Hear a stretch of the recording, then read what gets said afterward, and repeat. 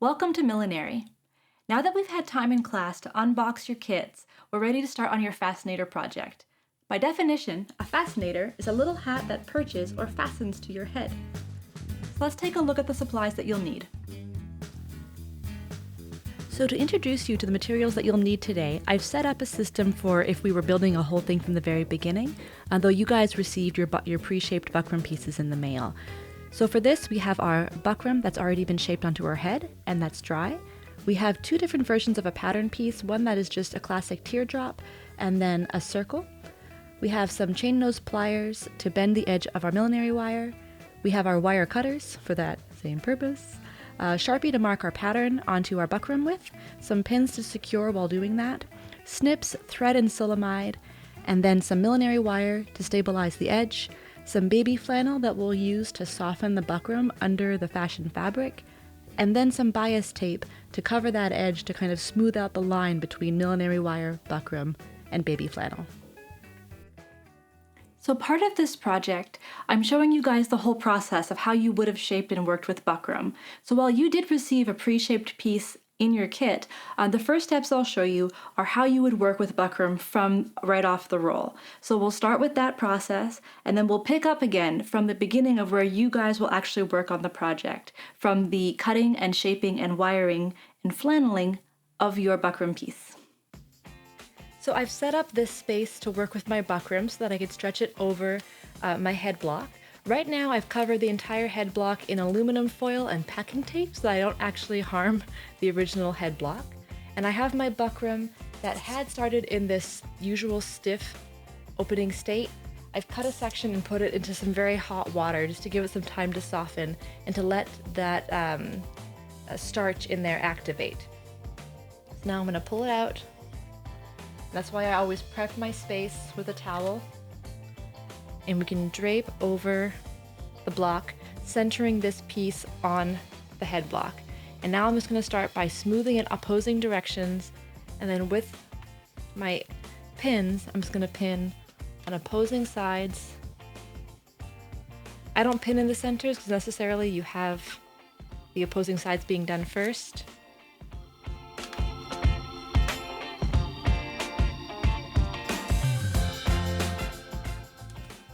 Then I'll pin in those centers, watching to make sure that these ripples don't get accentuated.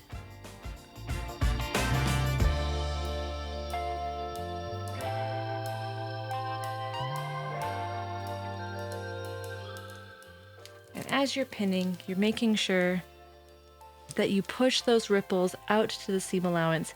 If there's any folding up here, that's a problem, but anything that ripples below the actual shape of your fascinator won't actually matter, because that will all get cut off once it's dried.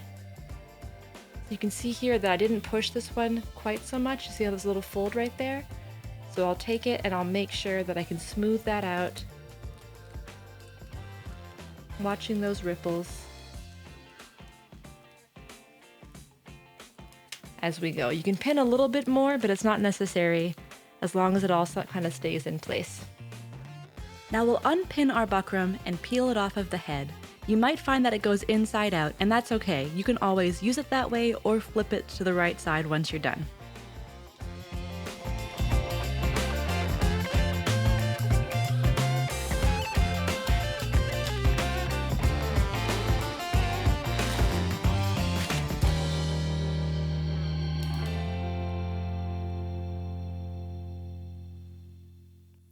So now that we've seen how buckram is shaped and dried, we'll work with buckram ourselves. So go ahead and get the supplies needed so that you can start making your pattern piece, be it the circle or the teardrop, and start working on cutting down your buckram to fit those shapes.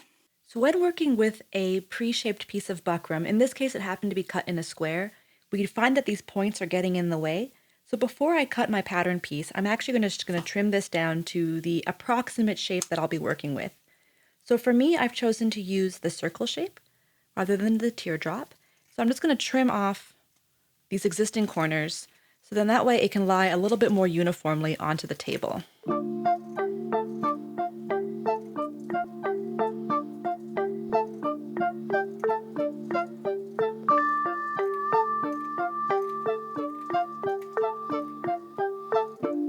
Now be careful to not over trim. Make sure that you've cut enough to let it lie flat without rocking too much, and so that you can get your pattern pinned onto it. If you're comfortable, you could eyeball your shape and just make that your circle shape or teardrop is nice and symmetrical on both sides. For demonstration purposes, I'll just show you what you can do, one of the many ways that you can transfer your pattern to your buckram. So I have my circle that I've made just by folding the piece and making sure that all quadrants are the same. Because of those fold lines, I know where my center is, so I'll just put a center through. And then I'll pin it into my buckram form and kind of hold it down on that center. Fascinators are not meant to be a huge kind of cup shape, they're meant to just form lightly to the shape of the head. And so now I'm just going to work my way and give myself some dotted lines.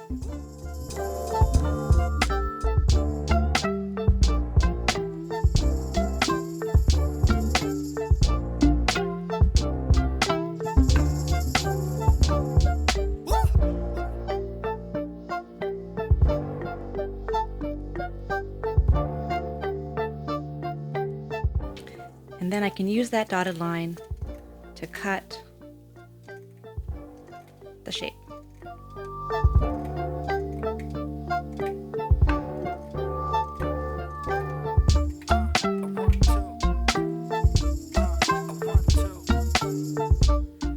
So now that you have your buckram cut, you'll apply your wire. This will be done with a buttonhole stitch to help keep the wire right on edge. So right now, if I were to stitch this just as is, over time, that edge of the wire will start to poke out of the work. So when working with millinery wire, we'll start just by marking a point on our buckram, because I'm going to cut a little bit more than I need, so I'll overlap that edge, and then I'm going to walk the wire around the edge of my buckram, roughly, but still building in a little bit of movement. And then I'll overshoot that pin or pencil mark or what have you and cut off my excess. It's lost forever. All right, so now there are products out there that are wire tippers that you use to kind of join your pieces together. Sometimes they tend to pop off. So for a little bit more low-key version, I'm just going to turn my wire edges under. So I want them to turn inwards so that they'll live on the buckram edge. So just with my pliers, I'm going to fold that edge and just do an L shape. And if I can, I'm going to smoosh that loop so that it's not quite so round. And so I'm looking to fold my wire right back onto itself, and then neaten it up. If the thread that covers the wire starts to come undone, just go ahead and snip that off. But when working with buckram, really it's about creating the shape. Because it comes on a roll, if you have a large hat, you might need to straighten out your buckram, but we're working in a small shape. So for now, I'm gonna let the curve that it came in off the roll just live as it is. So now I'll pick what will eventually become the center back of my fascinator, but it's a circle, so let's be honest, there's no sides. I'm just gonna place that right on the edge. When I'm working with buckram and with millinery wire, I'm trying to keep my wire right on that edge. And so you'll notice that I might have a few bits of my edge that need to be kind of smoothed out. So I'll do a little trimming to kind of find those weird points that can happen a little bit with working on a circle paper pattern. But I might find myself just neatening this up as I go as well.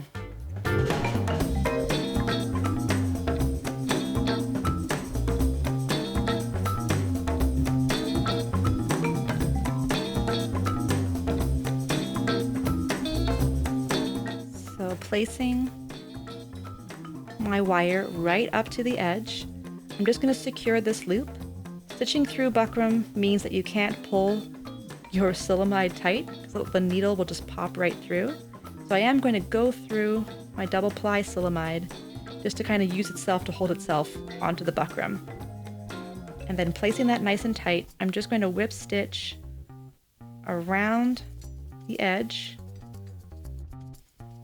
And I'm actually going to go on both sides of my loop. If I only stitch right on the edge, the buckram could shred. So right now I'm trying to stitch through the loop, but also around it.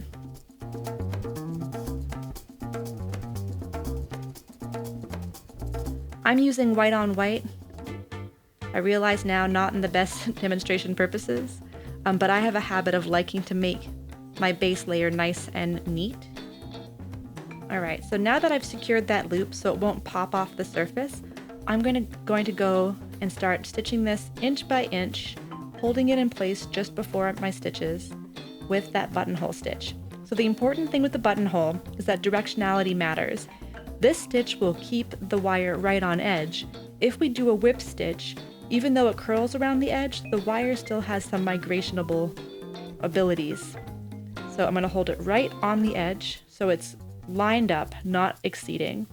I'll stitch from the back side about 3/8 or 1/4 inch away, and then I'll come through the loop on that back side and then tighten it so that the thread actually lives along the edge of that wire. So I'll move my fingers down to help hold it in a different spot. I pull my thread tight, and then I'll come through on the back side to help keep my wire nice and in place. So I am stitching about 1 or 2 grid blocks in on the buckram, so to see it from the inside. I'm stitching it really close to the edge right there.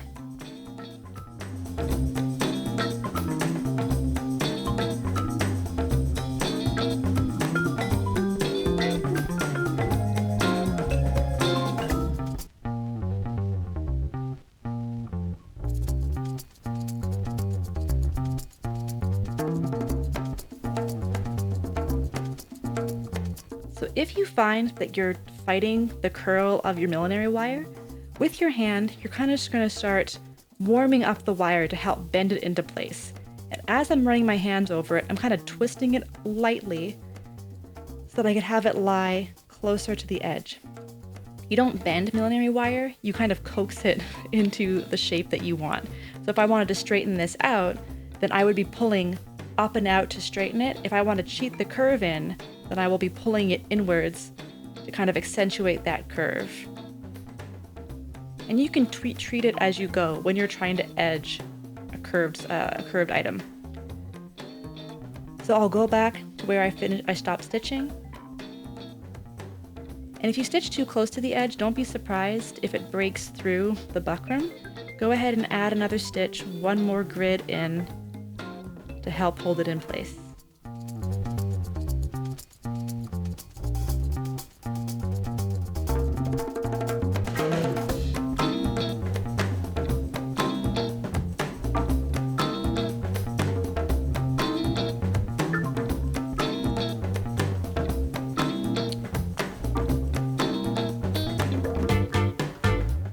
As you approach the end and giving yourself enough room to work, I'm just going to throw a double locking stitch into this last work that I did, just to help kind of hold everything in place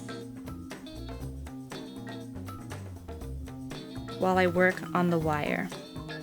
So I have a little bit too much, because usually you want to work with like, you know, 1/8 of a 1/4 inch or a 1/2 inch. So I'll just trim off some excess so that I can then curl this next set.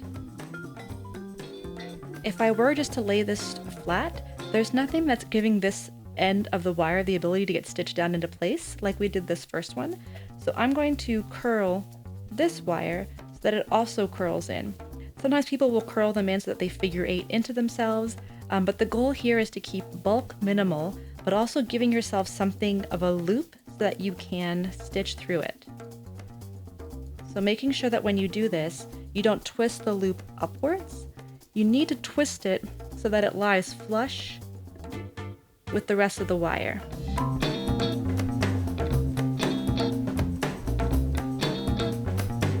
Placing your last end of the wire, you want to make sure that you can still coast that edge. And if you sneak it in too far, you see how it's pulling away from the edge? So I'm actually going to overlap my two loops so that they live on top of each other.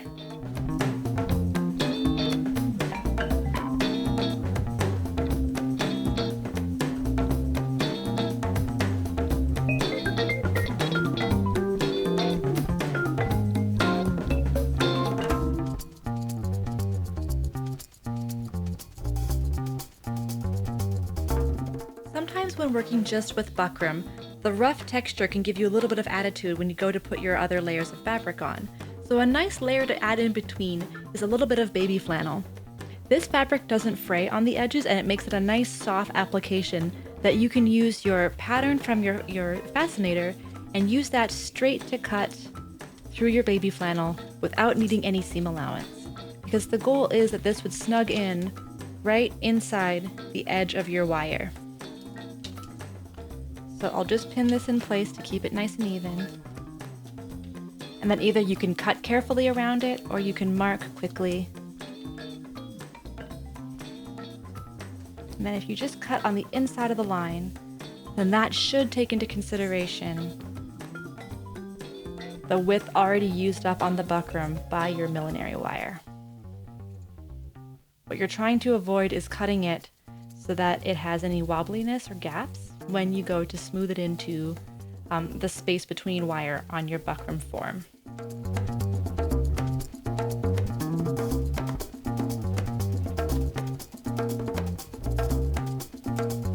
So centering it on your buckram, you'll see that mine is just a little bit big, so I'll trim that down. Because right now as I smooth it, you see how it's overlapping my wire? I'd like it to sit a little bit more inside, just like this.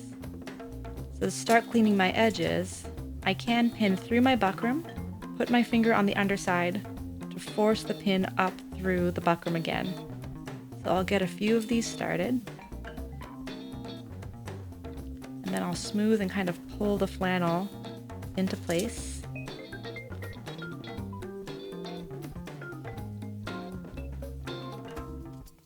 And then as I realize that I'm starting to create these little folds, then I need to trim away my excess.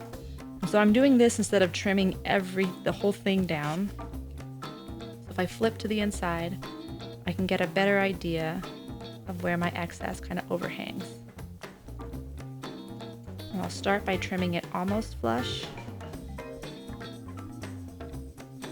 But the goal is for this to act like a bridge between the wire and the buckram.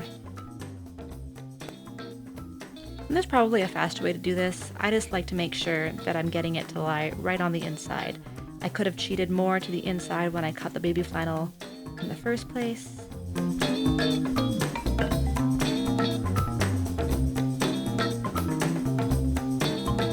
Alright.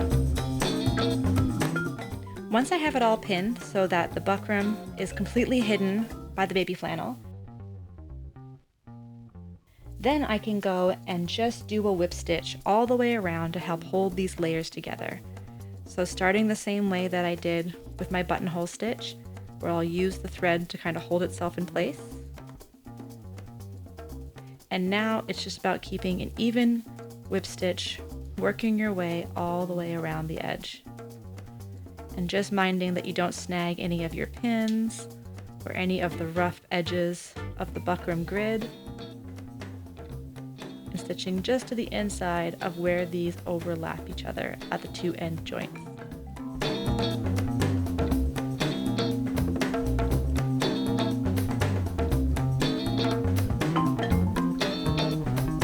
And you can use this whip stitch to kind of help place if you have a little bit of unevenness on your baby flannel.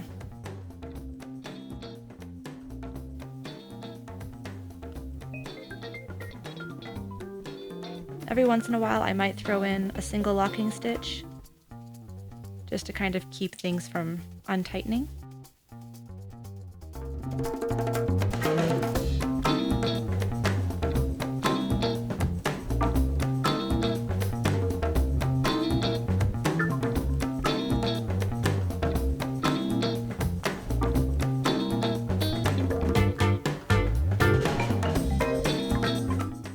have your baby flannel stitched on, what you might still notice is that you have some rough edges for your buckram.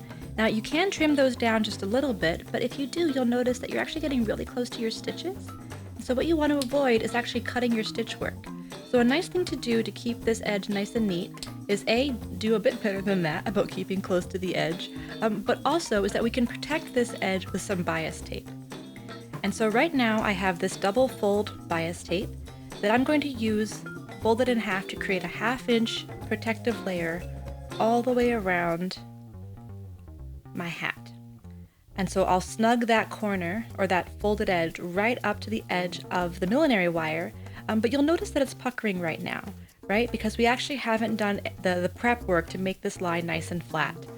So getting my fascinator out of the way, I'm going to first press this folded, and you'll notice that this bias tape is not necessarily folded right down the middle. It's a slight overhang of 1/8 of an inch.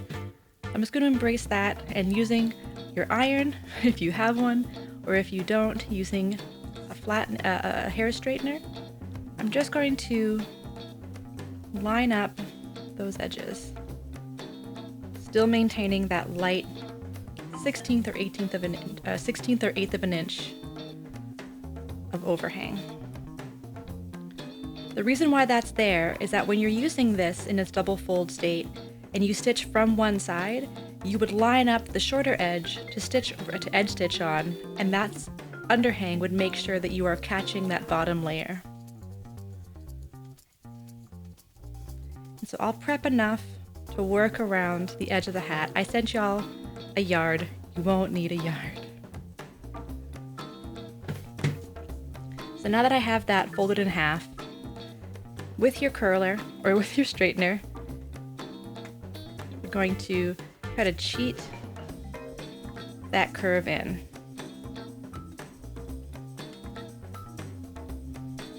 So you see how I'm pulling it so that it enters the straightener at a different angle than it exits?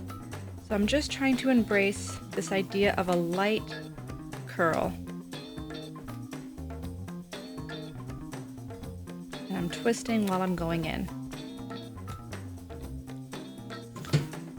Once that's there, you can see how I have the suggestion of a curl. So it's a bit of a larger circle than what my fascinator is. So I'm going to try to increase that curl by almost making like a U shape once I'm pulling things through the straightener.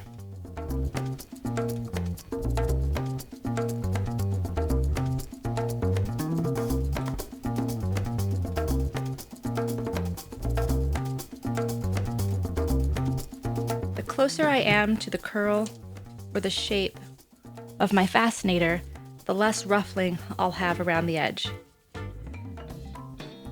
To place our bias, usually when we're working with bias, we would want to pre-fold one of our edges to have a nice finished edge. And when you get to the final layers of your hat, if you choose to bind in a bias, you'll want to do that. But because this is a protective layer, we're trying to avoid bulk. So that's one of the biggest differences with these prep layers. It's about making things secure and strong, but not so layered that they start to make weird shapes through the fabrics. So I'm going to offset this so then that way I'm not adding the bulk of when I bring my bias tape over top, right where my 2 pieces of wire are. So I'll start with one end, and in this case, I'll just put a pin through all layers and then pivot. And now I'll open up my bias tape and I'll just work my way around.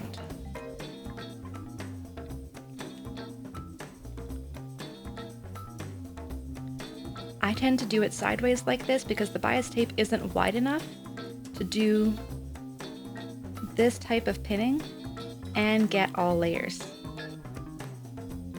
So pin it whatever is secure for you, but making sure that it's not pulling away from the edge here.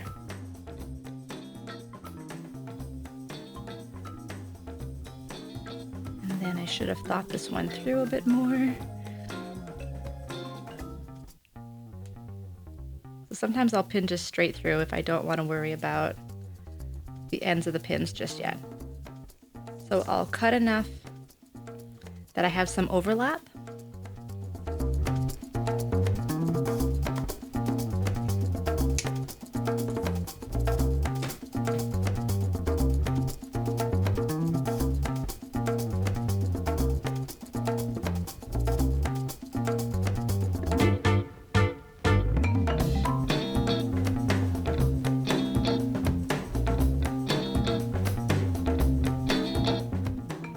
Right now I have a little bit more than I want.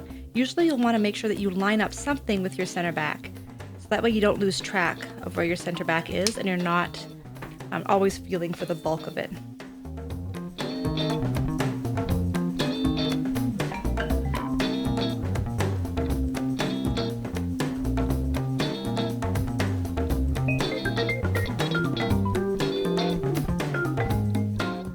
If we were on machines, with a zipper foot, you could then go in and just edge stitch down your bias tape, which is a lot faster. For the sake of this class though, we don't have access to the machines for everybody. Because I have two different layers of bias that I'm working with, I'm actually going to hide my knot on the underside right here and avoid getting the one pin that's sticking through. And so I'm just going to go through and do a few stitches just to kind of hold my layers together. I tend to stitch on one side and then I'll secure this side once we come all the way around. But I don't like to start by cementing my overlap because you never know if you'll get a little bit of excess or a bubble that you chase around. So I start on one edge. So for ladder stitches, you would stitch in the fold on this side, come all the way through, and then pick up the fold on that side and go a 1/4 inch, working your way around the hat, effectively sewing the top and the bottom side. But a whip stitch would work as well. So I'm going to go through the layer and come out a little bit further in on that layer because of that underlap that I mentioned before. And then I'll take my whip stitch that 1/4 so inch away and I'll come up and then I'll take a small stitch into the inside and then I'll just mind my pins.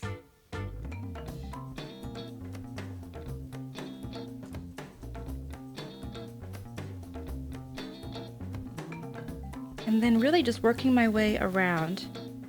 The goal is that with these stitches, you're just making sure that all of your layers are staying in place.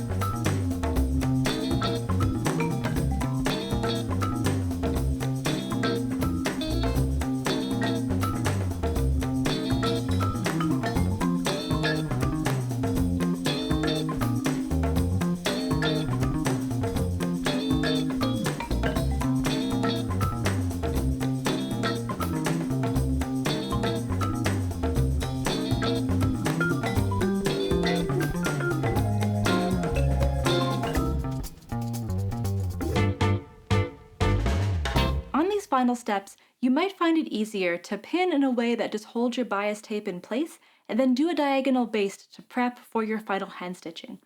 Often with millinery, even though basting may feel superfluous, it makes your next steps easier, so try it out and see what works better for you. But once you get your bias tape done, you've completed the base of your fascinator. Stay tuned for class time where we'll talk about next steps of getting all the fabric decoration applied.